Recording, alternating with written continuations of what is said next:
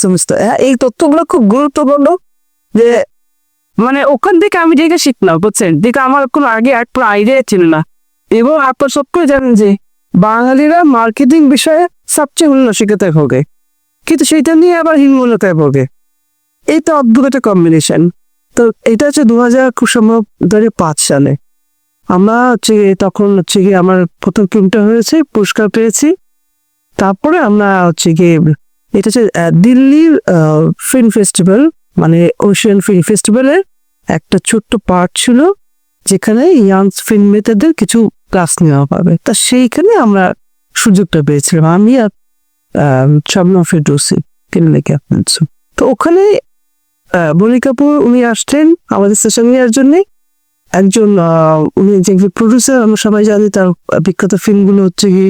তো উনি বলছিলেন যে যেহেতু উনি একজন প্রডিউসার, উনি বলছিলেন যে দেখো ফিল্মে সবাই কম বেশি তোমরা যারা আছো কাজ করতে চাও ডিরেক্টর হিসাবে, কাজ করতে চাও ক্রু হিসাবে, ক্যামেরা পার্সন হিসাবে, কিন্তু ফিল্মে একটা গুরুত্বপূর্ণ জায়গা আছে, সেটা হচ্ছে গিয়ে তোমার সাথে প্রডিউসার মার্কে টাকা দেয়, প্রডিউসারকেও টাকা দেয় না, যারা ফিনান্সিয়ার সে টাকা দেয়। প্রডিউসার কোথা থেকে টাকা ম্যানেজ করা যায় সেটাকে সে কাজ করে।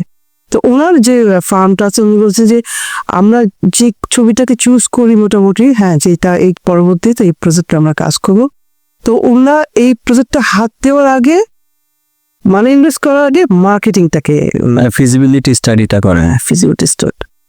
তখন তো ছোটই ছিলাম, অত বুঝতে আমার, কিন্তু এখন যেটা মনে পড়ছে আপনার কথা পরিপ্রেক্ষিতে যে একটা ছবি কন্টেন্টটা আছে, এটা কন্টেন্ট মানে ধরেন উনি বলছে মঙ্গল পান্ডে, সেটা হচ্ছে গিয়ে আপনার ঐতিহাসিক প্রেক্ষাপট, তাহলে ঐতিহাসিক মানুষ ছবি দেখতে চায় কিনা এই একটা সার্ভে। মূল কাজ হচ্ছে আমির খান আর হচ্ছে গিয়ে আপনার হচ্ছে গিয়ে কি যেন রানী মুখার্জি। তো এদের মার্কেটে কি অবস্থা, তার আগে পরপর ব্র্যান্ড ভ্যালুটা আছে। হ্যাঁ, পরপর দুইটা ছবি কিন্তু ফ্লপ হয়েছে আমির খানের, তখন তৃতীয়টা ছবিটা এটা, তো সেটা কি সে নেবে কিনা কি অবস্থা। তো এই করে তবে ঠিক করলো যে না, এর ফ্লপ আগের যেটা হচ্ছে কন্টেন্টের জন্য ফ্লপ হয়েছে, অ্যাজ এ স্টার হিসেবে ফ্লপ না, টাকাটা উঠে আসছে শেষ ছবিটা, কিন্তু ওইটাকে যেটা বলে সুপার হিট বা হিট হয়নি। তো এইরকম করে করে ইকুয়েশন করে ওনাদের একটা চৌকস বাহিনী আছে যারা হচ্ছে মার্কেটিংটা পড়ে, মার্কেটিং এই অ্যানালিসিসটা পড়ে, করার পরে এই প্রজেক্টটা নেয়।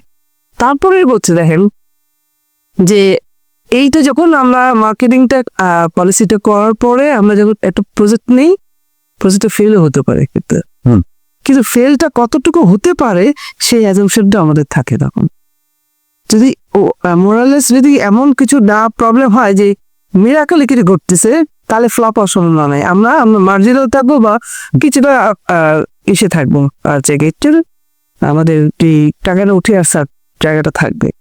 তখন আমরা কন্টেন্ট দিয়ে ঠিক করি, আচ্ছা কয়টা সিনেমা রিলিজ করা যাবে, এই গান কোথায় বিক্রি করা যাবে, টেলিভিশন সত্য কি হবে, এই বিষয়গুলো পকেটগুলো ভেবে টেবে আমরা কিন্তু তখন ডিরেক্টর তার কাজ খুবই করে। এইটা তখন আমার কাছে খুব নতুন লাগছিল যে আমরা তো ডিরেক্টর সবাই ভাবি আচ্ছা প্রডিউসার 10 টাকা দেবে, প্রডিউসার টাকা উঠে আসুক কেন সেটা আমার দায়িত্ব না। আমি তো ক্রিয়েটিভ মানুষ, আমার তো ক্যালকুলেশন দরকার কি। আমি তো শর্ট ধরে দুইটা বিয়ে টানবো, শর্ট হলো কি হলো না, এটা হলো না, ডুবে গেছে বন্ধ, প্যাক আপ। এক প্যাক আপ মানে যে কত টাকা প্যাক আপ হয়ে গেল সেটা আমরা ভাবি না। এই যে চিন্তার ক্ষেত্রে আমাদের যে মানে ব্যারিয়ার গুলো, মানে বাংলাদেশের পরিপ্রেক্ষিতে সেটা তো একটা গুরুত্বপূর্ণ বিষয়।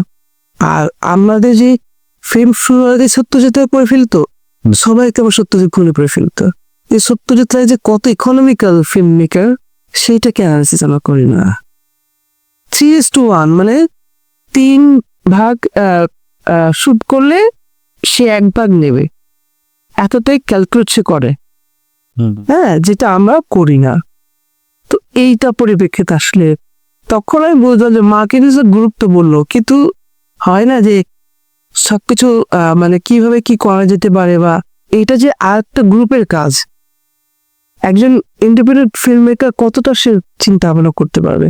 কিন্তু আপনাকে আমি এটাও বলে রাখি যে আমার মার্কেটিং পলিসির কারণে কিন্তু নোনা পানি একটা মাইল ফলো করেছে, সেটা নিয়ে পরের ঘটনা বলে না। আমি ওই নোনা পানি দিয়ে আসলে শুরু করতে চাই। নোনা পানির মানে ব্যাকের যে হিস্ট্রিটা মানে কিভাবে শুরু হলো সেটা শেষ পর্যন্ত কতদূর আসলো, এই টোটাল জার্নিটা আমার একটু জানা দরকার। আচ্ছা, আমি 2009-তে মাস্টার্সে ইংল্যান্ড চলে গেলাম, ইউনিভার্সিটি অফ ওয়েস্টার্ন। তো যখন মাস্টার্স কমপ্লিট হলো আমার 11 সালের দিকে, 11 সালে আগে শেষ হলো আমার গ্রাজুয়েশনটা, মানে মাস্টার্স শেষ হলো, তখন আসলে ওই মাস্টার্সটার পিছনে একটা কাহিনী আছে, বড় লম্বা কাহিনী। এর কারণ আমাকে এতটা স্ট্রাগল করতে হয়েছে যে আমার মানে হচ্ছে গিয়ে গ্রাজুয়েশনের 17 বছর পরে আমি মাস্টার্স করতে পারছি। আচ্ছা, ঠিক আছে, ওই হিস্ট্রিটা হয়তো কখনো একটু বলবো আপনাকে। তো তখন আবার হচ্ছে গিয়ে আমি 3 বছরের কাজের পেলাম, যেটাকে বলে মানে পারমিশন পেলাম। আগে আমি স্টুডেন্ট, পোস্ট গ্রাজুয়েট করার পর 3 বছরের একটা ওয়ার্ক পারমিট দেয়। তো আমার টার্গেট ছিল ওই 3 বছর কাজ টাজ করে ক্যামেরা ট্যামেরা যা লাগে সব একটা ম্যানেজ করে ব্যাস চলে আসবো দেশে। কেন আমি তো ফ্রি নেই, যখন আমি তো দেশে কাজ ছাড়া কোনোখানে কাজ করে পাবো না, ওই রুটির দোকানে কাজ করতে হবে। ঠিক আছে, তাহলে তারপরে যেটা হলো, একদিন আমরা ভাবছিলাম যে যেহেতু মানে ফিল্ম করতে পারছি না, এটা অনেক আগের থেকেই আমার এই ব্যর্থতাগুলো আমি চিত্রনাট্য হিসেবে এটাকে ডেভেলপ করতাম। আমার অনেক চিত্রনাট্য আছে, আচ্ছা, যে টাকা নেই কেস আছে, লিখে রাখি, কখনো হবে না হলে না হবে। তো এই অবদমিত ওখান থেকে আমি একটা ভাবলাম যে একটা মানে স্ক্রিপ্ট হঠাৎ করে মাথায় আসলো। সেটা হচ্ছে কি, আমার 2003 সালে শিরদাঁড়া দুটো গল্প বেরিয়েছিল, 2003 আর 2004 বোধ হয়। তো এইখানে দুটো ক্যারেক্টার ছিল, একটা হচ্ছে গিয়ে রুম্বা, যে হচ্ছে কি সিঙ্গির কোনা ধরে, আর একটা ক্যারেক্টার হচ্ছে যে আরেকটা গল্পের যাত্রা যন্ত্রণা, একজন জুনিয়র আর্টিস্ট, যে তার যার ফ্লাইট ব্রেস্ট, কিন্তু তার গলাটা অনেক ভালো। তখন তাকে অফার দেওয়া হলো যে সে হচ্ছে গিয়ে মানে তখন তো মানে এখনো তো নাই যে ধর কস্টিউ বা মানে করা মানে প্লাস্টিক সার্জারির মতো না, তাকে পুশ আপ ব্রা আর হচ্ছে গিয়ে হিপ দেওয়া হলো। তখন সে হইল নায়িকা। আচ্ছা, ঠিক আছে, এই যে কন্টেস্ট, এই দুটো ক্যারেক্টার এইটা।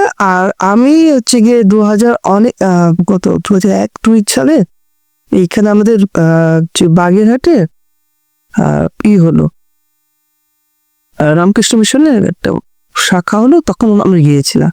তো তখন একটা ক্যারেক্টারকে দেখছিলাম যে লুঙ্গি এবং গেঞ্জি এবং একটা আচ্ছা গামছা পরে সে সব কাজ করতেছে, কিন্তু সবার লাতিপুতা খাচ্ছে, কিন্তু সে তার ফেমিনিন অ্যাটিটিউড, মেয়ের কিন্তু ফেমিনিন অ্যাটিটিউড। তো এইরকম ক্যারেক্টার তো আমরা হামেশাই দেখে থাকি। আমার নিজের কাজে নিজে এরকম আছেন যে নাচ করেন, কিন্তু সে ট্যালেন্ট, অসম্ভব ট্যালেন্ট, কিন্তু তার ওই কারণে তাকে সে হয় না। তো এই 3টা ক্যারেক্টারকে দিয়ে আমি মূল ফিল্ম স্ক্রিপ্টটা শুরু করেছিলাম। করে আমি যখন 13 মাঝে সময় চলে আসলাম বাংলাদেশে, তখন বেঙ্গল থেকে একটা ঘোষণা আসলো যে যারা হচ্ছে গিয়ে উদীয়মান চলচ্চিত্র শিল্পী তাহলে স্ক্রিপ্ট জমা দেওয়ার জন্য বলা করলো যে তার প্রতি বছর 20টা করে ফিল্ম মানে স্ক্রিপ্টের অনুযায়ী হচ্ছে গিয়ে নেবে। তো আমি ভাবলাম যে যাক, এখানে লবিং করার কিছু না, লবিং আমি খাটো, তো আসি কাছাতে মেধায় যদি খাটে তাহলে তো হলো। তো 2013 সালে আগস্টে জমা দিলাম আমরা। তা সে অনেক কিছু চেয়েছে বুঝছেন, স্ক্রিপ্টে মুক্ত মানে যা যা চেয়েছে আমি ওটা ফুল ফিল আপ করে দিলাম। 125টা জমা পড়লো। জমা পড়ার পরে তারপর আসলো 37টা, তারপর আসলো 18টা, তারপর আসলো 5টা। তো ওই 5টার ভিতরে ফার্স্ট হয়েছে, মানে একটা প্রতিষ্ঠার ভিতরে ফার্স্ট হয়েছে। ফার্স্ট হলে তো হবে না, এখন হচ্ছে গিয়ে তার ভিতরে ছিল হচ্ছে গিয়ে পিচিং বলে একটা শব্দ আছে, জানেন নিশ্চয়। তো বাংলাদেশে এটা নতুন পিচিং, তা আমার জন্য তো নতুন না, আমি তো আগেও জানুয়ারিতে বলে আসছি এটা। তো আমি তো আমার প্রিপারেশনটা নিলাম, ওখানটায় ছিল অডিয়েন্স এঙ্গেজমেন্ট প্ল্যান। আচ্ছা, হ্যাঁ, as a director what is my opinion about marketing of the film. তো আমার ফার্স্ট ছিল যে খুলনা গল্প, খুলনার ডিরেক্টর, খুলনার অভিনয় শিল্পী, এটা ব্র্যান্ড করতে হবে, খুলনার ব্র্যান্ড করতে হবে, এটা ব্র্যান্ডিং করতে হবে। সেলিং পয়েন্ট কি আছে? Selling point it's story line, যেটা লোকেশন অ্যান্ড গান, ঠিক আছে, এসএসি পয়েন্ট। তারপরে আরো কিছু কিছু আমি আপনাকে ওইটা দিয়ে দেবো। এখন যেটা মনে হচ্ছে ট্রাম্প কার্ড যেটা ছিল, ট্রাম্প কার্ড যেটা ছিল যে যে সাধারণত বাংলাদেশের সিনেমাগুলো খারাপ অবস্থা। এখন আপনারা যদি নুনাপানির মতো একটি ছোট্ট ছবি, যেটা বলতো 60 লক্ষ টাকা বাজেট, সেটার মার্কেটিং করার জন্য সারা বাংলাদেশে মার্কেটিং যদি করতে চান বা দেখাতে চান, তা ওই মার্কেটিং এবং অ্যাডভার্টাইজমেন্টের যে খরচটা হবে আর এই ছবি যে কন্টেন্ট, সেটা আমার যেটা এসে মনে হচ্ছে খুব বেশি বুদ্ধিদীপ্ত কাজ হবে না। রাদার দেন যদি আমরা এটা করি, খুলনা শহরে 15 লক্ষ মানুষ ধরে নিই, কিছু সিনেমা হল আছে এবং হচ্ছে কি কিছু সিনেমা হল ভাড়াও নেওয়া যাবে, সিনেমা হল ভাড়াও নেওয়া যাবে। তো আমরা যদি 15 লক্ষ মানুষকে হচ্ছে কি ভিতরে ওই অ্যাডভার্টাইজমেন্টের অর্ধেকের টাকাটা খরচ করি, 15 লক্ষ মানুষ না, আমাদের টার্গেট হচ্ছে 50,000 মানুষ। 50,000 মানুষ যদি 100 টাকা টিকিট কেটে ঢোকে সিনেমা হলে, আপনার 50,000 টাকা উঠে আসবে হাতে হাতে, নগদে।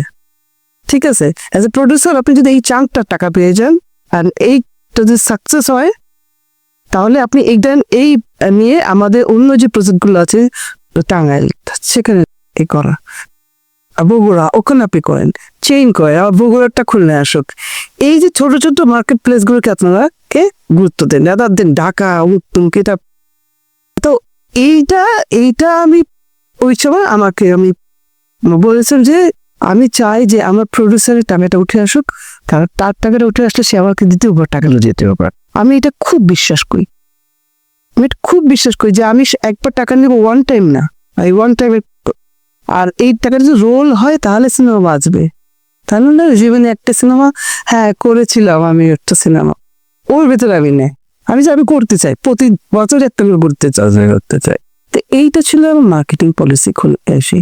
এখন আমি বলি, যখন এই প্রজেক্টটা শুরু হলো 13 থেকে 16তে এসে আমরা শুটিং করলাম। দেখেন, যেমন বাংলাদেশের ফিকশন ছবি, পূর্ণদৈর্ঘ্য বাংলা ছায়াছবি যদি হয়, ধরেন 120 মিনিট যদি ওভারঅল হয়, আমারটা হচ্ছে গিয়ে 2 ঘন্টা 120-25 মিনিট। ঠিক আছে, সময় বড় তোর এই সময়। তো আমি তো আগেও অন্যদের প্রজেক্টে কাজ করেছি, তা তাদের 40 দিন শুটিং, প্যাচওয়ার্ক 5 দিন। তারপরে আমার ছবি মানে মোনাপালির শুটিং ছিল 18 দিনই। 18 দিনে 2 দিন গেছে ঝড়ে, 16 দিন, আর 1 দিন প্যাচওয়ার্ক। 17 দিনে মোট 4টা লোকেশন। আপনি যদি মানে ভলিউম দেখেন, মানে আমার যদি ট্রেলারটা দেখে তাও বুঝবেন যে ট্রেলারটা দেখছে যে বিশাল এলাকা, এটা কেউ বিশ্বাস করে, তানভীরও বিশ্বাস করে না। কারণ কি বলেন তো, কেন এত বড় লোকেশন, এত মানুষ? আমার মানে ফিল্মের মানে এক বেলা খেয়েছে 150 জন মানুষ। মানে মেলা করেছি, যাত্রা ব্যান্ডেল করেছি, ঠিক আছে, আর অন্যান্য জিনিস তো আছে। এই একটি সম্ভব হয়েছে, আমাদের প্রি প্রোডাকশনটা অনেক ভালো ছিল, আর টিমটা ইন্টারেস্টিং ছিল। আর্টিস্ট যারা ছিল তাদের ধরে নিয়ে আমি গানে ফেলাই দিছি, ভাই ওখানে থাকো, তুই এখন তো শুরু। আচ্ছা, তার ফলে আমার টেক করতে কোনো সমস্যা নেই, যেহেতু আমি মানে শুতে, ঘুমাতে, বসতে ফিল্ম ভাবি, তো আমি ভাবি খুব টেকনিক্যালি জিনিস, আমার মাথাটা ওরকম হয়ে গেছে। আচ্ছা, প্রথমে মানে এই লোকেশন কয়টা আছে সিকোয়েন্স, রাত দিন সিকোয়েন্স মিলাই, এরভাবেই মানে আমার পুরোটুকুই আপনি যদি দেখেন, পুরো কাগজপত্র, মুখ কিছু নেই। অর্থাৎ একটা কাগজ ধরলে ওই শুটিং এলাকায় যে থাকে দায়িত্ব পাচ্ছে, জানে যে এখানে কি হবে, কি কাপড়, কি লাইট, এভরিথিং। ইভেন আমি তো শর্ট ডিভিশন করে দিয়েছি। আচ্ছা, আমার মানে স্ক্রিপ্ট দেখতে তো আমার ভয় পেয়ে যায় একদম বোটা। তো আজকে কি লাগুক না লাগুক, শর্ট ডিভিশন আসা যেটা এইভাবে ভাবছে। এবার যে এইটা যেন আপনি একটা গ্রাফার মানে একটা দায়িত্বে আছে, আপনি দেখে বুঝবেন, আচ্ছা এখন কিন্তু এই শট আছে। তো এই প্র্যাকটিসটা ফলে অনেক কম টাকায় এবং সত্যি বেঙ্গল নিজেরাও স্বীকার পায়, এটা আমার ভাষণ, ওদের one of the best project হচ্ছে নোনাপালি। মানে কি সিনেমা মানে কি দেওয়ার চিন্তা হচ্ছে না কোনো? দেখো যে এখন এই যে সাকসেসটা কি কোন দেখেন, আমি বলেছি ওখানে, আমি বলেছিলাম যে অবশ্যই নুনা পানি প্রিমিয়ার শো যেটা সেটা খুলনা হবে। কেন খুলনা হবে বলছে? কেন কেন খুলনা হবে? খুলনা হবে এই কারণে যে এটা খুলনার ছবি। আমাদের সাধারণত প্রবণতা যে ছবি হোক না কেন বাংলাদেশেরও ঢাকায় হবে, আর তা নাহলে যদি আমাদের হচ্ছে সে হচ্ছে কি কানে যে প্রিমিয়ার করবে। তো এইটা থেকে এখন ওইটা যখন আমার ওরা রাজি হলো যে ঠিক আছে খুলনায় হোক প্রিমিয়ারটা, এখন এটাকে সাকসেস করা আমার দায়িত্ব। কিন্তু একটা মানে ভালো বিষয় কি, আমার একটা গ্রুপ আছে যেহেতু দীর্ঘদিন ধরে খুলনায় কাজ করছে। তো আমার গ্রুপে আমি হচ্ছে বুড়ো বুঝছে রাশাবিয়ান জানি, হ্যাঁ। তো হচ্ছে কি আর ওরা তো টেকনোলজির এখন মানে তো যেটা ঘটায় ফেললো, 500টা কার্ড ছাপাইছি, 800 জন মানুষ আসছে, আমি হল থেকে বেরিয়ে চলে গেছি। কোথায় পড়ছো দেবো আমি? মানে খুলনা আমার তো জায়গায় এই এরকম স্লো বিজে তো ফিল যার ভিতর আজকাল ওই যেতে কিছু নেই, মানুষ দেখতেছে মানে নিচে বসে সিঁড়ি ফাঁকে বসে দেখতেছে তারা। আচ্ছা, এইটা তখন যখন প্রডিউসার থেকে আসলো ওরা তখন ওটা নোটিস করে যায় যে এটা বিশাল ব্যাপার হয়ে গেছে, কারণ ওদের ওখান থেকেও যায় না হচ্ছে, মানে ঢাকায় থেকে কারো ফিল্ম দেখে না, কবে ইউটিউবে আসবে সেই অপেক্ষা করেন। এইটা করার পরে ওরা হচ্ছে কি এখন ঠিক করলো যে সিনেমা হলে দেখাবে। এবং আপনারা এটা জানেন, নিশ্চয়ই আপনি জানেন তো অবশ্যই যে বাংলা সিনেমাগুলো এখন যে অবস্থা মানে সিনেমা হল আপনাকে ভাড়া নিতে হবে। সেই পরিস্থিতি হয়ে গেছে। হ্যাঁ, ভাড়া নিতে হবে, নেওয়ার পরে আবার টিকিটের থেকে আপনার তখন রেশিওটা কি হবে যাতে সিনেমা হল কেউ যাক না যাক অন্তত ওর জায়গা ক্ষতিটা না হয়। এখন ডিস্ট্রিবিউশনের মাধ্যমে ওরকম নাই। এখন এইটার জন্য আবার আমাদের যে প্রডিউসার ওরা একটু করছে যে এতগুলো টাকা আবার ভাড়া করতে হবে, মানে 7 দিনের জন্য নিতে হবে আপনাকে। ওরা এই ভাড়াটা কেমন জানা আছে? এটা জানা নাই, কিন্তু বেশি একটা ভালো অ্যামাউন্ট। মনিরের সাথে যখন আমরা কথা বললাম আমি যে আগের বার, ওখান কি এরকম কিছু বলছিল? না, এইরকম বলে নাই। না, এটা খুবই রিসেন্ট হয়েছে, রিসেন্ট ঘটনা, একদম রিসেন্ট ঘটনা। মানে আপনি 5-6 মাসের ভিতরে ঘটনা ঘটছে। কারণ ওরা বলছে যে মানে সিনেমা যখন আমরা দেখতে গেছিলাম এই শঙ্খ বা লিবার্টি আমার সমস্যা আছে, জাজ মাল্টিমিডিয়া ছাড়া ফিল্ম নেবে না, ওখান থেকে হয়ে আসতে হবে। আবার এগুলোর সঙ্গে জাজির অত ভালো সাক্ষাৎ নেই, তারপর আমরা ওই হলটা পাচ্ছি না। এটা মানে খুলনার কনটেক্সট একটা সিনেপ্লেক্স। মানে ওখানে কি জাজের ইনভেস্টমেন্ট আছে? এই জাজের তো এরকম বোধহয় 100 না 150 হলে এরকম। এই যেমন শঙ্কতে যেটা আছে এটা তো বড় হল, ওরা আবার বলছে না যা নিতে পারবে বাড়িটা নিতে পারবে, আর ওরা ছোট হল ওরা জাজকে ওদেরকে কন্ট্রোল করা হলো। আচ্ছা, আবার ওই যদি হয় না, যদি শঙ্খয় হয় আর লিবার্টি হয় তাহলে শহরটাকে পুরো কভার করা যায়। যদি লিবার্টি হয় না তাহলে পুরো শহর কভার না, ওইটা তো একদম লিবার্টি কি cinema hall? Cinema hall cineplex একটা। ওইটা হচ্ছে শহরে আবার এক প্রান্তে, মানে ওই দিকটা হচ্ছে আমাদের জুট মিল কারখানার মানুষরা ওইখানে, যেখানে আবার আমাদের এই দিক সম্পর্ক অত ভালো না। মানে তারপরে ওইটা যদি এখন আমার যে মানে প্রডিউসার বলছেন যে কোনটা নেবেন, শঙ্খ নাকি এটা, তো আমার প্রেফার করলো শঙ্খ।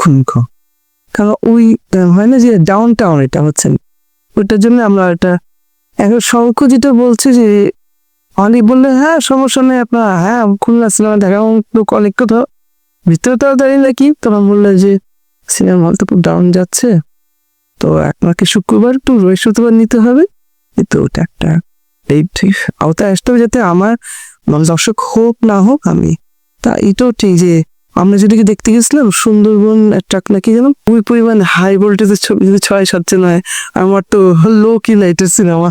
হ্যাঁ, কি সুন্দরবন যেন একটা সিনেমা গুলো করেন। তখন এখন পর্যন্ত ঠিক আছে যে আমরা এই মাসে চালাবো, কিন্তু এখন সে মার্কেটিংটা কিভাবে করতেছে? এইটা এখনো হচ্ছে গিয়ে আমি অন্ধকারে আছে, মানে আমাকে এখনো কোনো কিছু কনফার্মেশন দেয়নি। আমি শুধু ওনাদেরকে বলেছিলাম যে আপনারা অন্তত একবার সিনেমা হলটা নিয়ে আসুন, কিছু শর্ত কিছু ফিল্ম ফেস্টিভ্যাল আছে যেখানে হল রিলিজ চায়, এই একটা বিষয়। নাম্বার 2 হচ্ছে গিয়ে আলটিমেটলি সিনেমাটা হলের জন্যই, কারণ অনেক মানুষ আছেন যারা ওই একটা প্রিমিয়ারে দেখতে পায়নি। আর প্রিমিয়ারটা কি এখানে শিল্পকলাটা হচ্ছে কি এলইডি আচ্ছা, স্ক্রিন, তো ফিল্ম তো যেখানে এখন যেটা আছে সেটা এলইডি উপযোগী না।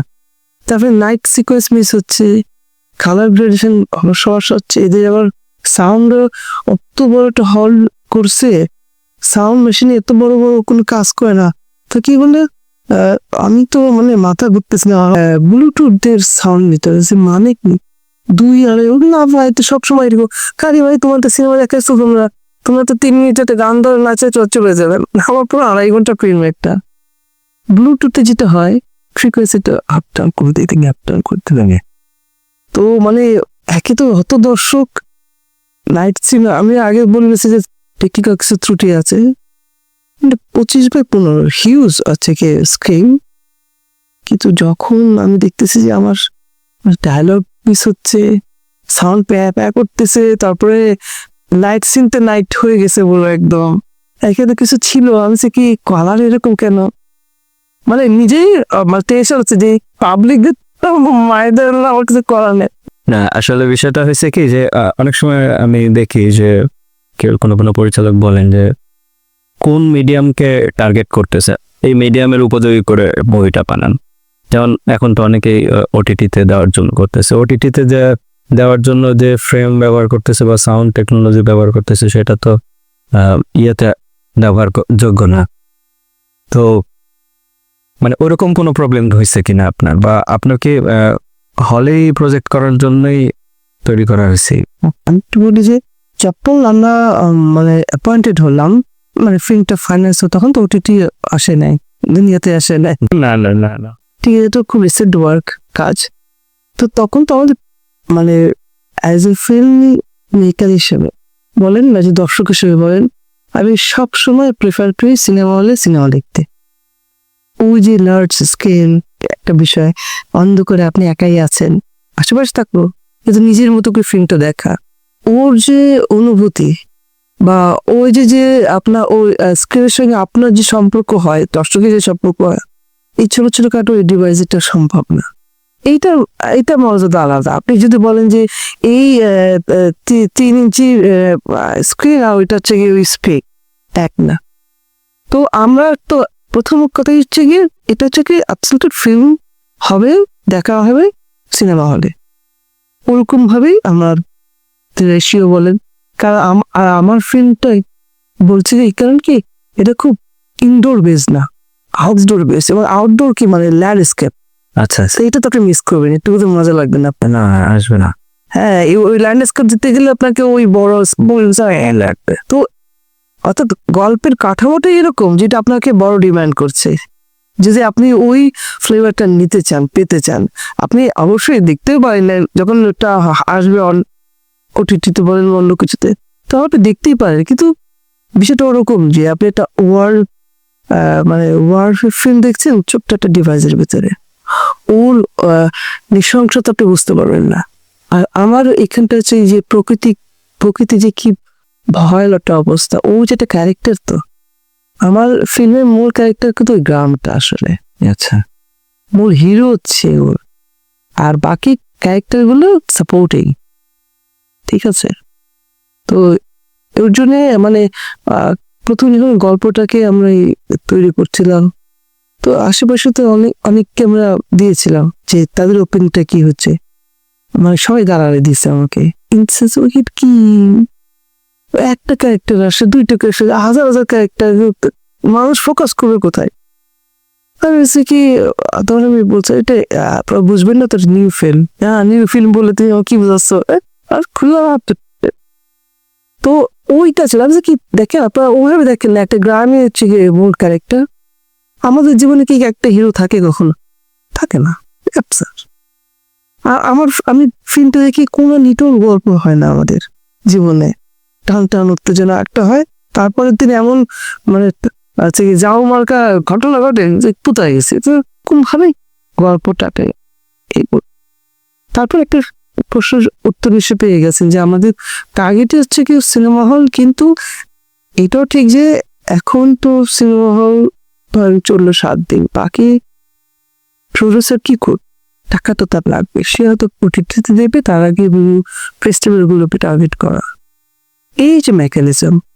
একসময় তো টেলিভিশন গুলো কিন্তু সিনেমা ওইটাও একটা তার সেলিং পয়েন্ট আছে। এটা এখন কি কেনে এই হ্যাঁ, কিন্তু এফডিসি সিনেমা যেগুলো হচ্ছে মেইন স্ট্রিমে সিনেমা হলে চলো, তারপরে তো ওদের তো ওটিটিও নাই, নেবে না তো ওটিটি সিনেমা, মানে টেলিভিশনগুলো বর্ষা হচ্ছে। এমনি দর্শক সম্পর্কে বলেন যে বাংলাদেশের দর্শকের ইতিহাস যদি আমি বলি যে দর্শক কেমন ছিল, এখন কেমন, এটার কি একটা ধারাবাহিক কোনো আইডিয়া আছে আপনার কাছে?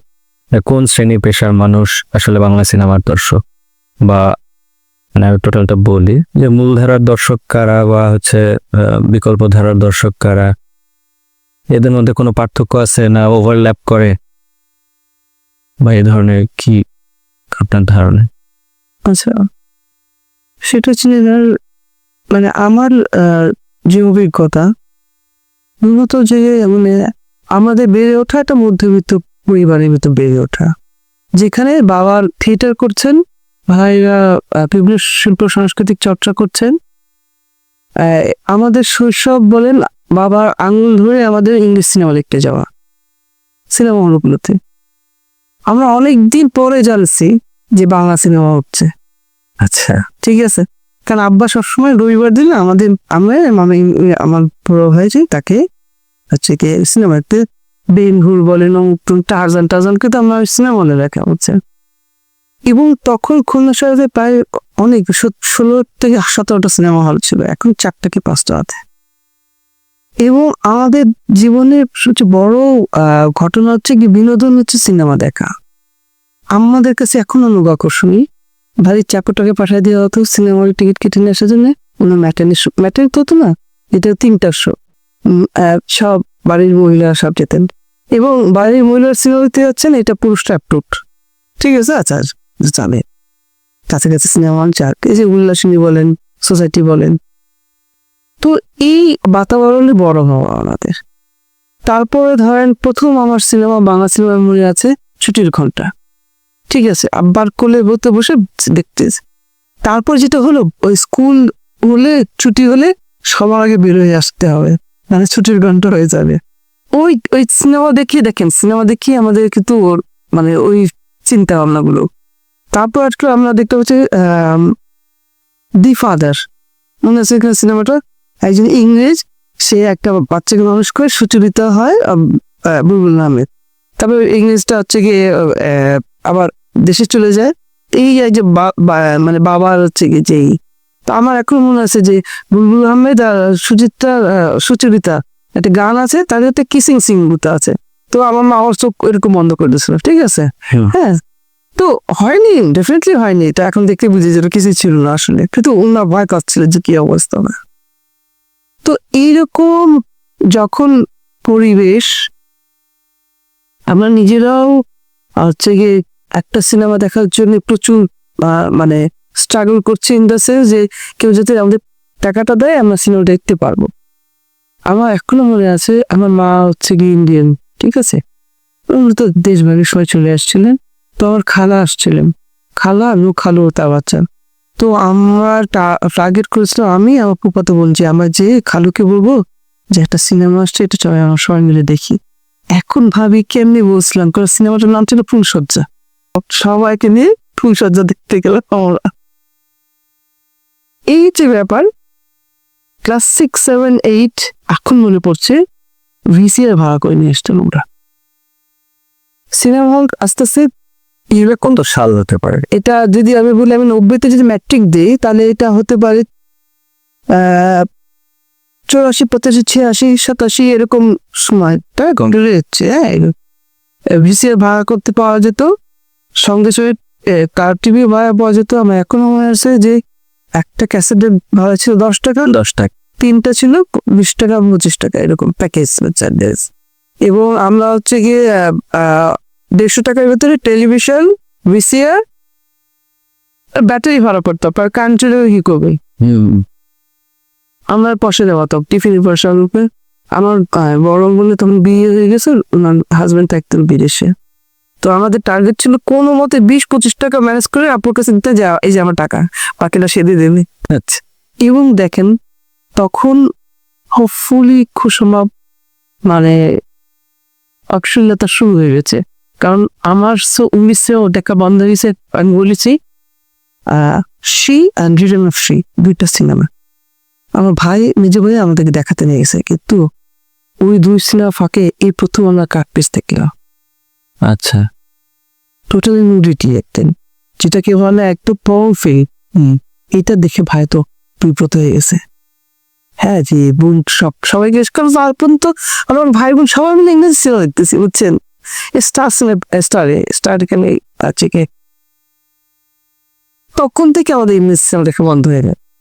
আমি বলছি তখন ক্লাস 6 বা 7 পড়ি আমরা তখন, মানে কি করবো বুঝতে পারছিল না, কি দেখাচ্ছে আমরা জানি না যে করছে। আগে তো অভ্যাস হয়ে গেছি, বড় বয়সের সিনেমা দেখতে গেছি, গ্রাজুয়ালি তারপরে ঢুকে গেল হচ্ছে ডিপ জল, আমাদের ঢুকতেছে আস্তে আস্তে না, ঠিক আছে। এবং ওরকম আমরা আক্রমণে আছি যে জাফর ইকবালের লাস্ট সিনেমাটা আমরা দেখলাম, তারপরে হচ্ছে গিয়ে তখন সিনেমার গ্যাপটা অনেক বেশি হয়ে গেল, আমাদের জীবনে যে টেলিভিশন হয়ে গেল।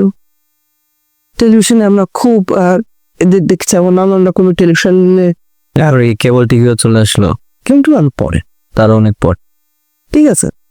তো হচ্ছে তখন টেলিভিশনটা গুরুত্বপূর্ণ জায়গা নিয়ে, বিটিভি বা ইন্ডিয়ান ডিডিসি। হ্যাঁ ওই যে যেটা ঘোরায় ঘোরায় ঘোরায় ঘোরায় ওইটা দেখতাম আমরা। তারপরে যেটা বলছে ভিসিআর, তো দেখেন আমরা সিনেমা দর্শক থেকে আস্তে আস্তে ঢুকে পড়ছে ঘরের ভিতরে। তারপরে ওই যে রাত ভোর সিনেমা দেখা একটা পেছনের শুধুমাত্র, সেটা হচ্ছে গিয়ে 3টা সিনেমা দেখতে হবে। প্রথম হচ্ছে গিয়ে উত্তম সুচিত্র টাইপ সিনেমা, আব্বা আম্মা দেখবে ব্ল্যাক অ্যান্ড হোয়াইট, এটা দেখার সময় আমাদের মাথা গরম হয়ে যেত। এবং আমার এখনো মনে আছে ক্লাস 9 বা 10 পড়ি, 9ই বোধ হয়। উত্তম সুচিত্র কোন ছিল জানি না, যে উত্তম পাগল হয়, এ ন্যাংরা হয়, এ ঠিক হয়, ও ভালো হয়, কি ওকে কি, তখন তো সব ব্যাপার ছিল না, এখনকার মতো কি সিনেমাই, হ্যাঁ কোথায় কোথায় গান, কোথায় কোথায় গান, তো খুব বিরক্ত হতাম আমরা।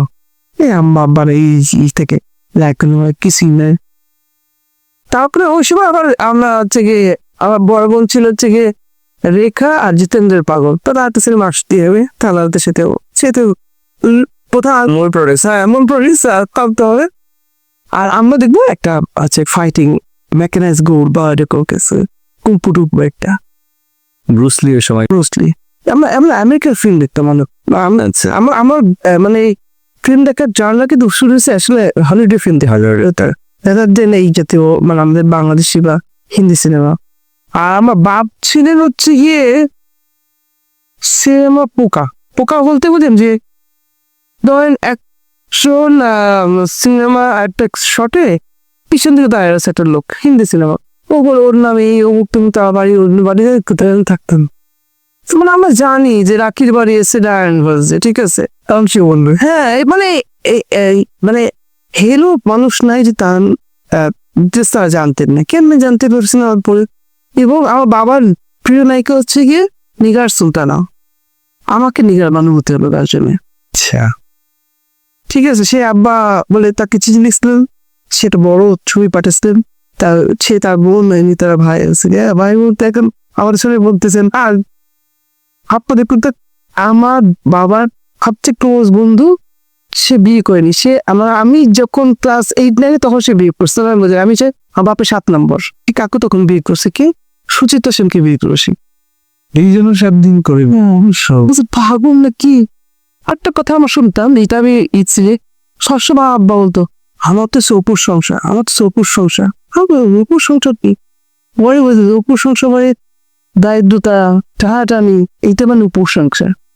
এই যে সিনেমা আমাদের মানে রন্ধে কি হবে, আমাদের ব্লাড গ্রুপ F গ্রুপ, বুঝছে, ফিল্ম গ্রুপ। আচ্ছা, যেটা বলছিলাম, এই যে আমরা ঢুকে পড়লাম, তখন হচ্ছে গিয়ে আবার আলটা ব্লান্ডার করছে, কি বড় হয়ে গেছে যে সিনেমা নিয়ে আসতে হবে কি জাস্টিস চৌধুরী,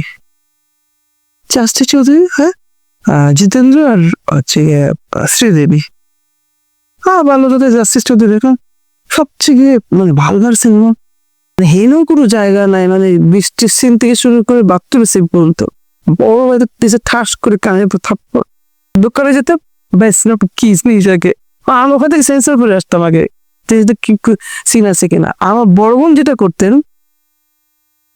ক্যাসেট বেসটা আফটার এক্সট্রা নিয়ে এসে ক্যাসেট চালালেন, এই গান দেখবে কি ট্রেনেতে, নায়ক হয়তো স্টেশন থেকে নামছে, বাড়ি যাচ্ছে, ও তো বাড়ি যাবে ট্রেনে দে, ওর বন্ধু হ্যাঁ কোথাও যান, মানে 3 ঘন্টা সিনেমা ও আধা ঘন্টা দেখে নেবে, ঘটনা তো সে যান বুঝে গেল।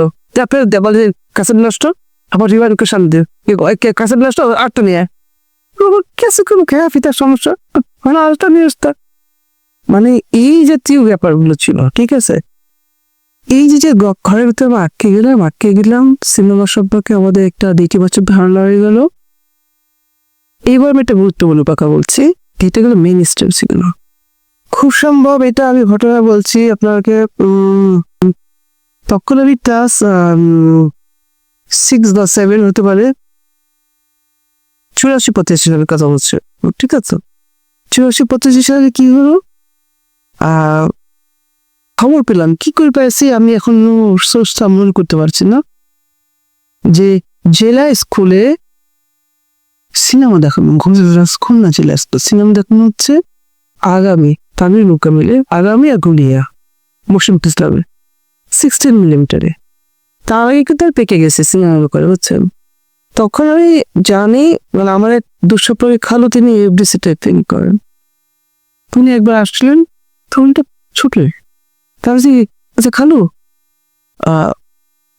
দোস্তে বলেছেন যে কারো আঙ্গুল ধরবে না খালু হিসেবে, কিন্তু আমি অনেক খালু হয়েছে বুঝছেন, যে সিনেমার প্রেক্ষাপটে, মানে আমার তো সমস্যা হয়নি, বলছে আচ্ছা খালু অস্কার পেতে গেলে কোন সিনেমা হতে আমাকে তাকে অস্কার বারণ করো,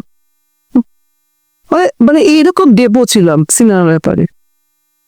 তো তখন উনি আমাকে আমার বড় ভাই বলছেন যে আমি বড় ভাই তো আজকে আমার মেয়ে চড়ান না, আর কি জেলা স্কুলে যা শুনুক না, ঘুমাচ্ছে, তখন তো দুপুর খাওয়া থেকে ঘুমাচ্ছে। আমার এখন হচ্ছে আমার যে কি তখন যে আমি স্নো দেখতে যেতে পারতাম না, কেমন কি সিনেমা কি অবস্থা। তো তারপরে যেটা বললো যে উনি নিয়ে গেলেন না, পরে তো আমরা সেও দেখতাম, তার মানে একটা বিকল্প সিনেমা হচ্ছে, সেই ট্রসের তানো কানে আসতেছে। হ্যাঁ, যদি আমি ম্যাট্রিক দিয়ে থাকি 90-তে, 95-তে আমি তো আপনার ক্লাস 6-এর বাচ্চা একটা 85। হ্যাঁ, তার মানে তখন হচ্ছে গিয়ে আমার কাছে ইনফরমেশন কিন্তু আসতেছে কোন না কোনো ভাবে যে সিনেমা আর সিনেমা হচ্ছে। এইটা কিন্তু গুরুত্বপূর্ণ ভাবেন আমার জীবনের টার্নিং পয়েন্ট আমি এখন মনে করি। ওই তখন দেখতে পেলাম না, কিন্তু দেখা যাচ্ছে যে আমি একটা ছোট ডায়েরি বানাচ্ছি, শর্ট লিখতাম, শর্ট প্রথম লিখতাম যে মানে এই যে তখন তো আমি থিয়েটার করছি রীতিমতো, মানে আমি 90 সালে ম্যাট্রিক পরীক্ষা দিয়েছি, আমার লিখিত নাটক তখন মঞ্চস্থ হচ্ছে। ম্যাট্রিক পরীক্ষার পরে আমি হচ্ছে গিয়ে আমাদের নাটকের দল ছিল, আর হচ্ছে গিয়ে তখন হচ্ছে গিয়ে ওই মামুন রশিদের অববাহিকা নাটকটা আমরা মঞ্চস্থ করছি, 10 টাকা করে টিকিটটা, আমাদের ডিরেক্টর। আচ্ছা, ঠিক আছে। তারপরের বছর হচ্ছে গিয়ে হুমায়ুন আহমেদের মহামানব, তারপর পরের বছর হচ্ছে আপনার ওই জহিরানের লেফট ডেভি লাইট, এই নাটকগুলো মঞ্চস্থ করছি আমরা। ততদিনে আমি কিন্তু ক্লাস 10, মানে আমি জেনে গেছি আমি ফিল্ম মেকার হবো। আর ডিটারমাইন্ড। আমি আমার একটা বান্ধবী ছিলাম, আমার বলছে যে আমি ফিল্ম নিয়ে পড়বো আর ও ভাষা নিয়ে পড়বে, হ্যাঁ হচ্ছে পলিটিক্স নিয়ে পড়বে। এখন আমরা দুজনে এই বিষয় নিয়ে পড়বো, তাহলে ইন্টারমিডিয়েট কি সায়েন্স আর্টস না কমার্স কিসে পড়বো, স্যারের কাছে গেছি শুনতে দিছে দাও। তখন আমরা বাংলা লিখে ইংরেজি ট্রান্সলেট করে চিঠি পাঠাচ্ছি, কারে বলেন তো? কারে? অড্রে হেপবার্ন, বেনজির ভুট্টো। চিঠি গেলার পর দিকে ধরি না, কিন্তু ঠিক জোগাড় করে চিঠি পত্র লিখতেছে, ডিয়ার অড্রে হেপবার্ন, প্রত্যেক মাই সালাম, ও সালাম মানে বুঝে কিনা চলার না তো, কিন্তু আমরা কিন্তু এই কাজগুলো করতেছে। ঠিক আছে, আমরা যেটা করতেছি এ লিখছি, বি লিখছি, সরা লিখছি, ডাবল লাইন লিখে ব্লেড দিয়ে কাটছি, কেটে দুই পাশে রোল বানাচ্ছি, যে এরকম বাক্সের ভিতর থেকে পিছন থেকে আলো দিয়ে সিনেমা দেখাচ্ছি। কারণ চলে গেলাম আমরা এই কাজ করি, মানে আমাদের জগৎটাই খুব অনেক বেশি অডিও ভিজুয়াল ব্যাপার ছিল। আমার বাপ নিজেই হচ্ছে সিনেমা দিছে ডোনাল্ডে, বুঝছেন। সিনেমা লোকের কারেন্ট নাই, পৃথিবীতে কি ছিল, পড়লে বিদ্যুৎ 3টা বাজলে কারেন্ট আসতো, শো হতো, মাঝখানে রিল আটকায় গেল, আবার রিল ঠিক করে তার কলটা ছিল 3 ঘন্টা, বেশিরভাগ সময় শেষ দেখানো হতো না, মানুষ চেয়ার টেবিল বাইরে দিয়ে ভেঙে টেনে হয়ে যায় না আপা? হ্যাঁ, কত সময় দিকে উঠে আমি আমার আব্বা যখন রিটায়ার করলেন তখন ক্লাস আমি ম্যাট্রিক পরীক্ষা দিলাম, এই 2 জন হলো বন্ধু, হলো সিনেমা দেখতো। উনি বলতেন, হিস্ট্রিটা বলতেন, এ বাড়ি এমন জায়গায় এসে বেরিয়েছে, আশ্রানি মুখ তুমুক, এর নাম হচ্ছে গিয়ে অশোক কুমার ভাই অমুক কুমার, এই হিস্ট্রিটা আমি জানতাম। তো মানে হলিউড এবং বলিউড এই হিস্ট্রিটা আমার বাপের কাছে আমার শোনা, বসে বসে আমরা দেখতাম, ঠিক আছে। তার ফলে মানে সিনেমা সম্পর্কে আমার এই জাতীয় মানে আগ্রহটা ছিল আরো উস্কিদিটার নাম, কিন্তু আমার আসলে তখন আমি ঠিক করছি যে এখন আর সময়টা করে ভালো লাগছে না রে, না শ্রীদেবীকে কত ভালো লাগছে, হ্যাঁ জিতেন্দ্রের কাম, এই রেটিং করা শুরু হয়ে গেছে আমার, হচ্ছে কারণ এখন তো অন্য সিনেমা দেখছি। তখন এই পাশের বাড়ি যাত্রার বাড়ি ফাঁসিটা পড়ে গেছে 84 সালের দিকে, কি মানে রুচির পরিবর্তন আসতেছে তখন। টেলিভিশন দেখাচ্ছে কোনো কালার টিভি, সেটা থেকে হিরো প্লেজার দেশে, হারে এই সিনেমা, এই যে আমার তখন আলাদা আলাদা করে শুরু হলো ফাইন ডেজ করা। আমার ভাই প্রথমে আমাকে এবং আমার বড় যিনি বড় হয়েছে মানে উনি হচ্ছে আমাদের মানে আমার 7 ভাই বোন, উনি হচ্ছে ফার্স্ট ব্র্যাকেট, আমি লাস্ট ব্র্যাকেট। আচ্ছা, তো উনি হচ্ছে মিউজিক ডিরেক্টর, তানভীর বুকামেলের সব ফিল্ম করেছেন, আমার ফিল্মটাও করেছেন। তো উনি ঢাকা থেকে আসতেন, দিন রাত আমরা ফিল্ম নিয়ে কথা বলতাম, তো আমরা হচ্ছে গিয়ে কথা ডিসকাস করতাম এহেন বিষয়টা, যে সে মানে যদি আমি বলি যে আমার প্রথম হচ্ছে ফিল্মের শিক্ষককে, তাহলে আমি তাকে নাম বলবো, তার হাত ধরে তিনি আমার প্রথম বই দিলেন কে বলে শুটিং, প্রথম বই দিলেন কি করে এলো হরিশচন্দ্র তোকে, এই ছোট ছোট ছোট বই দিলেন। এই যে হলো সিনেমার স্ক্রিপ্ট কি করে লিখতে হয় তো জানি না, নাটকের স্ক্রিপ্ট দেখতাম, আর এই যে একটি আত্মকথা সুকান্ত ওই কবিতাকে আমি স্ক্রিপ্ট লিখছি, দেখে তানভীর ভাই একটা স্ক্রিপ্ট এসেছিলাম, তো দেখি তো মাথা পড়ে এত ক্রেডিট তো স্ক্রিপ্টে, কত বুঝতে পারিনি। তবে তানভীর ভাইকে আমি আমার স্ক্রিপ্টটা দিয়েছিলাম, ওই যে একটি আত্মকথা, তা শর্ট বাজেছে SHORT শর্ট, ওই পড়তে আর কেটে দিয়েছিলেন, আমার এখনো মনে আছে। এই যে শুরু হলো, এবার আমি বলি আপনার মূল প্রশ্ন, দেখেন একটা প্রশ্ন আসতে গেলে কত কি হয়, আশা করছি আপনি এবার খুঁজে নিতে পারবেন কিছু। আমার অভিজ্ঞতা আমি দেখেছি যে ওই যে তানভীর ভাইদের যে বিকল্প প্রচেষ্টাগুলো ছিল, তারপরে তো অনেকবার আমি খুলনায় দর্শক হিসেবে গেছি, আমার আয়োজক হিসেবে থেকেছে, তাতে সবসময় প্রবীণদের একটা অংশ, সব অংশ না একটা অংশ সেখানে অংশগ্রহণ করতে, আর ইয়াংরা তার নতুন যারা তারা এইটা শেপে পারছেন, মানে দর্শক হিসেবে অল্টারনেটিভ বা অন্যরকম সিনেমা দেখার সবসময় দর্শক হিসেবে সবসময় ইয়াংরা মূলত, আর কিছু থাকতো বুড়ো যারা যেতেন গালালি করার জন্য যেতেন, কি হয়েছে আমাদের সময় এই ছিল, অমুক ছিল তমুক ছিল, এই কম্পারিজন করার জন্য যেতেন। কিন্তু সিনেমা মানে খুলনা আপনি যে সবসময় জানেন যে যেমন একটা সময় তো বিকল্প ধারায় চলচ্চিত্রগুলো দেখানোর ব্যবস্থা করতেন যে যারা প্রগতিশীল সাংস্কৃতিক সংগঠন তারাই আয়োজনগুলো করতেন, বা প্রগতিশীল যারা রাজনৈতিক সংগঠন তারাই করতেন। তো আমি যদি বলি যে তানভীর বুকামেলের সিনেমাগুলো দেখেছি, বা সূর্য দিগল বাড়ি বা এই জাতীয় সিনেমাগুলো কিন্তু আমরা উদিচি হোক, খুলনা কমিউনিস্ট পার্টি হোক, এরাই কিন্তু আয়োজনগুলো করতেন, প্যাট্রোনাইজ করতেন। তারপরে 96 দিকে আমরা করতাম প্যারালাল সিনেমা মুভমেন্ট PCM, এটা আমরা করতাম, ওই একটা হল ভাড়া নিতাম 10-20 টাকা করে টিকিট, তারপরে একটা হচ্ছে গিয়ে হতো মানে লেনদেন হতো এরকম ভাবে। তো আমি ছবি দেখালাম একটা রেট্রোস্পেক্টিভ বা ফেস্টিভ্যাল, উনি বলতেন যে হল ভাড়াটা সব তোমাদের আমি দিয়ে দেবো, তোমরা আমাকে ভলান্টিয়ার সার্ভিসটা দেবা, আর তার বদলে আমরা তোমাদেরকে আচ্ছা লাইব্রেরির জন্য কিছু বই দেবো, ফিল্মের বই, ম্যাগাজিন দিব। আচ্ছা, এই ছিল কন্ট্যাক্ট আমাদের। তখন আমি এটা করা যাবে, কারণ বই তো ঢাকায় যে নিয়ে আসা আর করা ডিফিকাল্ট আমাদের। কঠিনই। এই এই জাতীয় কাজগুলো আমরা করতাম, তখন দেখতাম যে সত্যি টিকিট, আমরা বলতাম আর টিকিট নেই। তখন ওরা বলতো তোমরা কি হাইট তুলছো, সিনেমায় কে দেখতে এসেছে টিকিট নেই। তখন আমরা বাধ্য হতাম একজনকে নিজে ঘুরাই দিয়েছে যে নিচে উপর কোনটা জায়গা নাই, আপনাকে পরের শোতে আসতে হবে, বা ওই শো আর একটা বাড়ানো। তো এই যে সিনেমা হল থেকে বের হয়ে এসে মানুষ বিকল্প সিনেমায় যাচ্ছে, মাঝখানে দুইটা কিন্তু স্ট্রং জিনিস, একটা হচ্ছে ভিসিআর, একটা হচ্ছে টেলিভিশন। দর্শকও তো ভাব হচ্ছে। এইবার আমি বলি যে যদি এরকম হয় যে আপনার তখন আমাকে এখন মনে আছে যে বিটিভিতে যখন সিনেমা দেখানো হতো, তাদের মনে না ওটা মনে রাখতে তো আপনার ইংলিশ একটা হচ্ছে শুক্রবারে রাত্রে 3টার দিকে 3টার দিকে আছে দিকে, এবং সেটা শেষ হতো 7 ঘন্টা পরে। মানে মাঝখানে এত বিজ্ঞাপন থাকতো যে তার ইয়ার পরে সে মানে আমরা অধৈর্য দিতাম। তো এই তারপরেও আমরা দেখতাম ছায়া ছন্দ বলে একটা অনুষ্ঠান দেখাতো, ওইটা আমরা দেখতাম। তো এই কি ডিভাইডেড গুলো হচ্ছে, দর্শকের তো আস্তে আস্তে কমছে। এইবার শুরু হলো এতটাই অশ্লীল পোস্টার দেখে আমাদের প্রেমিক দশা, বাংলা সিনেমা পোস্টার এরকম হবে কেন?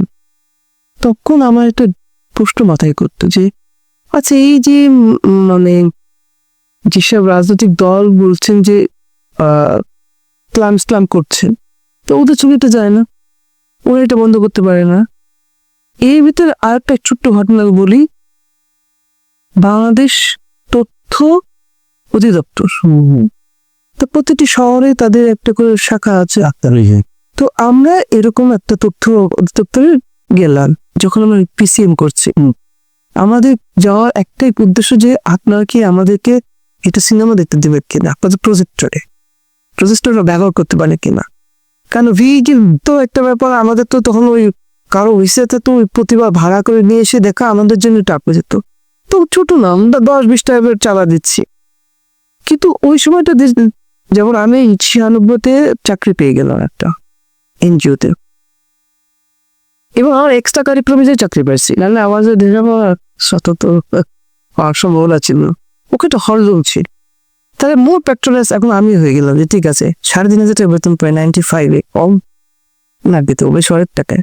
ওই টাকা আমার বাপ রিটায়ার করছে, তো ওইটা ভাবলে ঠিক আছে আমি তোমাদেরকে মানে পিসিএম কে এই করবো, ভিসিআর আর টেলিভিশন ভাড়াটা আমরা দিব, বাকিটা আমাদের এখনো মনে আছে যে সিনেমা আমরা দেখতাম পথে পাঁচ করতে দেখছি, শুধু দেখতাম না, আমরা পুরো পেপার্স তৈরি করতাম। তো এই চর্চাটা ছিল সিরিয়াস। যখন আমরা তামিম মুকাম্মিলকে দিয়ে খুললে এটা অ্যাপ্রিসিয়েশন কোর্স করাবো, তখন হলো কি মানে আমরা ঘোষণা দিলাম যে যারা অংশগ্রহণ করতে চায় তাদেরকে একটা ইন্টারভিউ নেওয়া হবে, এবং 200 টাকা করে চাঁদা বা এন্ট্রি ফি। প্রচুর খুলে ইউনিভার্সিটি ছেলে মেলে আসলো, আমরা তাদের ইন্টারভিউ পেতাম। বলেন তো 3টা সিনেমা প্রাইভেটের নাম বলেন।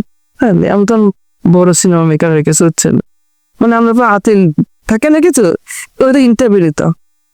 এইখান থেকে আমি চলে যাবো হচ্ছে 2011-এ বাংলাদেশে ফিরবো। আচ্ছা আমি তো পিসিএম আমি আবার পুনরুদ্ধার করবো, যে আমি যাবো দলে দলে মানুষ আসবে সিনেমা করার জন্য, কারণ আমার তো ওই অভিজ্ঞতা যে এত মানুষ বসে থাকতো বাইরে, আমি ইন্টারভিউ করছি। সিনিয়র যে পড়ছে আশা পর নাম বুঝলাম, ঠিক আছে ওইটা জানা দরকার। হ্যাঁ এইটা জানার দরকার। তার আগে আমি এই যে দর্শক ডিভাইডেড হয়ে যাচ্ছে, যেটা বলছি যে বিকল্প ধরার চলচ্চিত্রে দর্শক সবসময় প্রধানতম হচ্ছে কি তরুণরা, তার প্রমাণ আমি এবারও পেয়েছি। ঠিক আছে, যে এই যে নুনাপানি সিনেমাটা খুব স্লো পেস, ডায়লগ ওরকম সবকিছু মিলে, কিন্তু ইয়াংদের কাছ থেকে আমি যে ফিডব্যাক পেয়েছি এটা আমার কাছে আউটস্ট্যান্ডিং লেগেছে, কারণ তারা নতুন জিনিসটাকে অ্যাকসেপ্ট করতে পারছে। তার আগে যা পাইছি সব বুড়োদের কাছ থেকে পাইছি, ঠিক আছে। তো তখন আমি বললাম যে আচ্ছা আমার ইয়ার সময় তো আমি দেখেছি যে ডিনাই করে দিচ্ছে, চিত্তা নদীর পাড়ে দেখে ডিনাই করে দিচ্ছে, না এরকম ঘটনা ঘটে কিন্তু আমাদের কাছে আরে দেশভাগ নিয়ে এত পুরো পশ্চিম নতুন কিছু পড়ছি, বাংলাদেশের পরিপ্রেক্ষিতে কি হচ্ছে জানি না। তো এই প্রথম আমরা এসে দেখলাম পর্দায় দিলাম না। পর্দায় দেখলাম, তো আমি টিভিতে দেখছিলাম অবশ্য একটা। বেশিটা এরকম অফরদাই নিয়ে আসছিলেন তানি।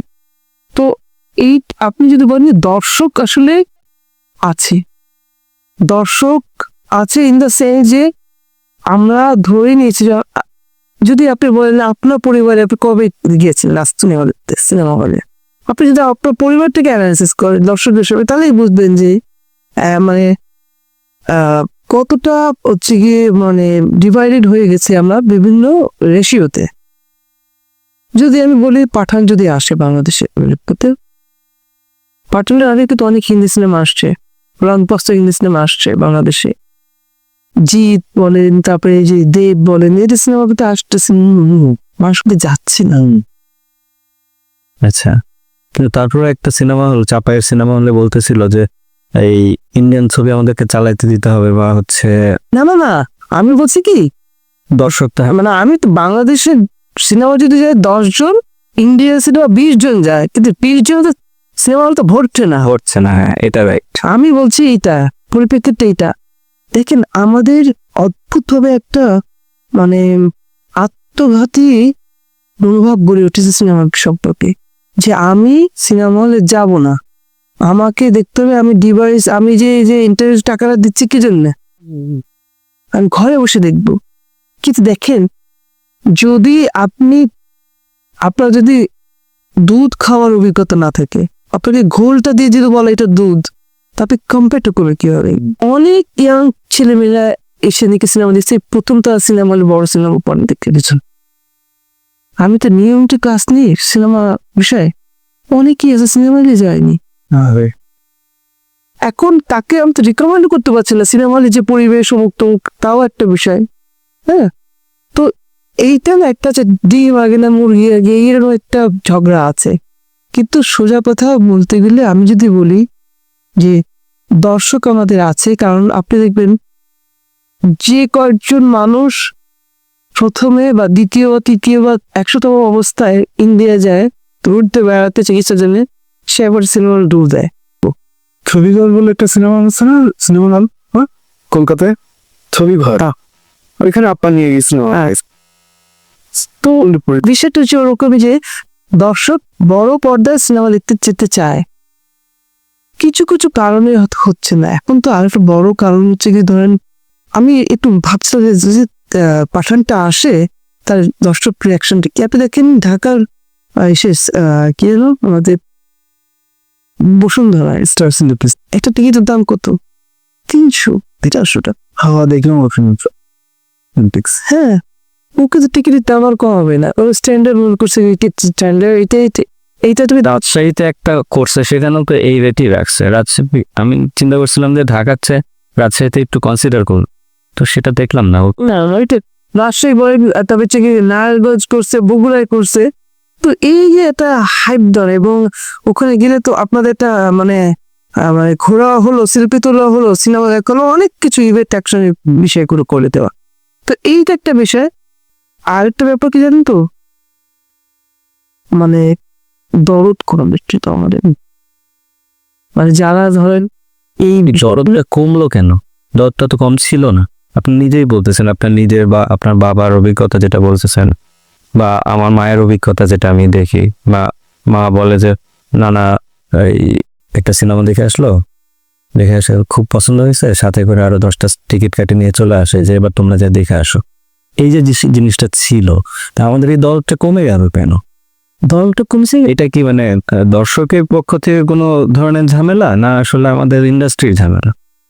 আচ্ছা আমি একটু বলি যে দুটি পরস্পর বিরোধী মতবাদ আছে। আমরা বলতে কি, যারা প্রোডাক্ট তৈরি করে, আমরা ক্রেতা তৈরি করব, আর তাকে যে ক্রেতা আছে আমি ওই ক্রেতাটাকে ধরবো। শিল্পের কাজ কিন্তু প্রথমটা আসলে সে দর্শক পাঠক তৈরি করে, আর কিছু লেখক ফিল্ম মেকার আছে যারা ওই তৈরিকৃত দর্শকদেরকে ধরতে চায়। 90-এর পর থেকে তৈরিকৃত দর্শককে ধরতে চাইছে বাজে জিনিস দিয়ে।